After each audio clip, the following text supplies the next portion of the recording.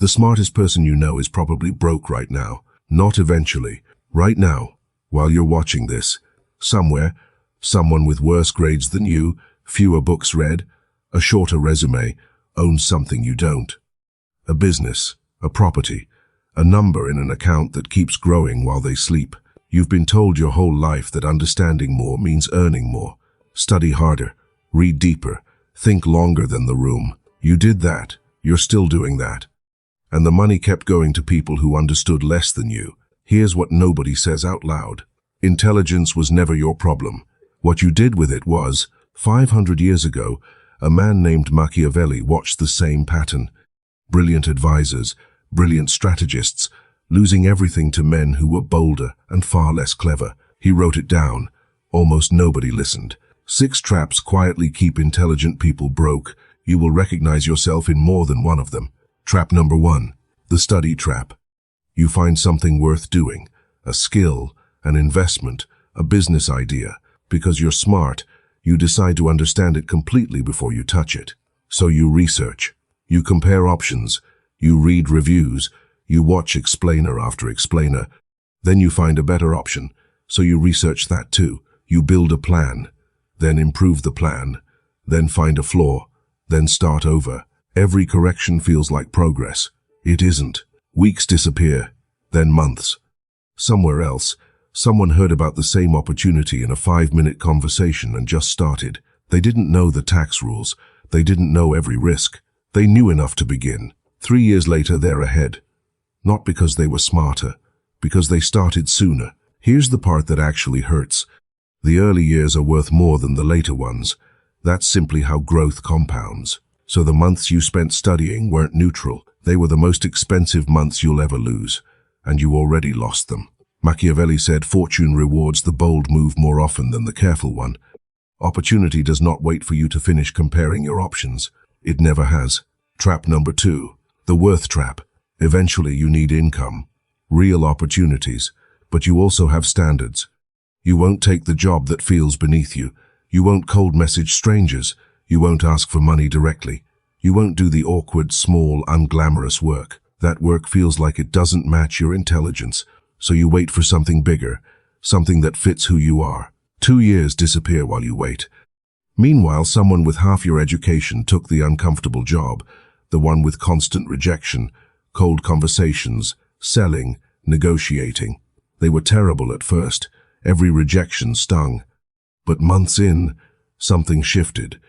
They learned how people decide, how to earn trust fast, how to hear no and keep moving. They built the single most valuable money skill there is, the ability to move people. You called it beneath you. They called it tuition. Machiavelli believed leaders who only choose actions that protect their pride eventually lose to the ones willing to do whatever the moment demands. Clean hands protect your ego. They rarely fill your account. Trap number 3, the polish trap. You finally commit to building something real, so you do it properly. Detailed plans, spreadsheets, competitor research, every possible outcome forecasted. Every time you're close to launching, you find one more flaw. You fix it. Another appears. Months become years. You now own one of the most carefully planned businesses that has never existed. Somewhere else, someone launched an ugly version. Bad website, confusing pricing, obvious flaws. They launched anyway. Customers complained. They fixed the real problems, not the imagined ones.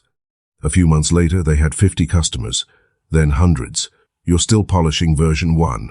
An unfinished business that exists will always beat a perfect one that never launches. The market has never paid for perfection. It pays for participation. Trap number 4, the peace trap. Somewhere in your life, someone crosses a line. A partner, a friend, a colleague. You could confront them or stay quiet. Because you're intelligent, you can see every side, their reasons, your reasons, every possible consequence. So you choose neither side. You wait for it to resolve on its own. It doesn't. It just moves underground and grows. Someone else, watching the same kind of conflict, picked a side immediately, clumsily, sometimes wrongly, but the conflict ended. They moved forward. Machiavelli was blunt about this.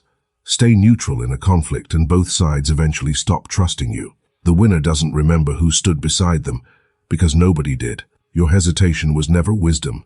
It was fear, dressed formally. Trap number 5. The silent years.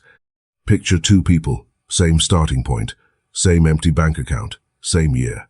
20 years later, one of them has a business that runs without them, investments compounding while they sleep, and the rarest luxury there is time. The other one, still working the same job, still earning a respectable salary, still explaining exactly how markets work.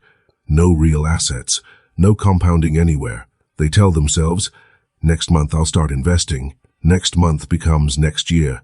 Next year becomes a decade. Time never sends a warning. It just keeps moving whether you move with it or not. The gap between the two of them was never intelligence. It was 20 years of compounding versus zero. You cannot buy back decades that already passed, no matter how much you earn starting today. Machiavelli himself died with almost nothing, removed from power, living modestly, understanding the game of politics and human nature better than nearly anyone alive at the time. Understanding was never his problem either. Trap number 6, and this is the one you can still fix tonight. The fix isn't becoming less intelligent. You don't need to stop reading or thinking or planning. Your intelligence was never the enemy. It was aimed in the wrong direction toward understanding, when it should have been aimed at movement. 3 things to actually do with this, starting today. 1. Give yourself 24 hours on the decision you've been sitting on, not another week of research, one measurable action within a day. 2. Whatever the task is, make it smaller. If you can still find an excuse, it's still too big. Shrink it until there's nothing left to avoid. 3. Do the uncomfortable thing first, before your mind has time to negotiate you out of it, every day. Eventually it stops being discipline. It becomes who you are. There is one decision sitting in the back of your mind right now. You already know what it is. The investment you've researched for months, the business you've almost started, the conversation you've rehearsed 100 times. Don't let it disappear when this video ends. You don't rise to the level of your intelligence. You fall to the level of your action. The people you've envied were never smarter than you. They simply moved while you were still preparing to. If any part of this described you, don't scroll past it, subscribe. Because the next video goes even deeper into why smart people stay stuck. Most people will watch this and forget it by tomorrow. A few will actually change something tonight. Decide which one you are.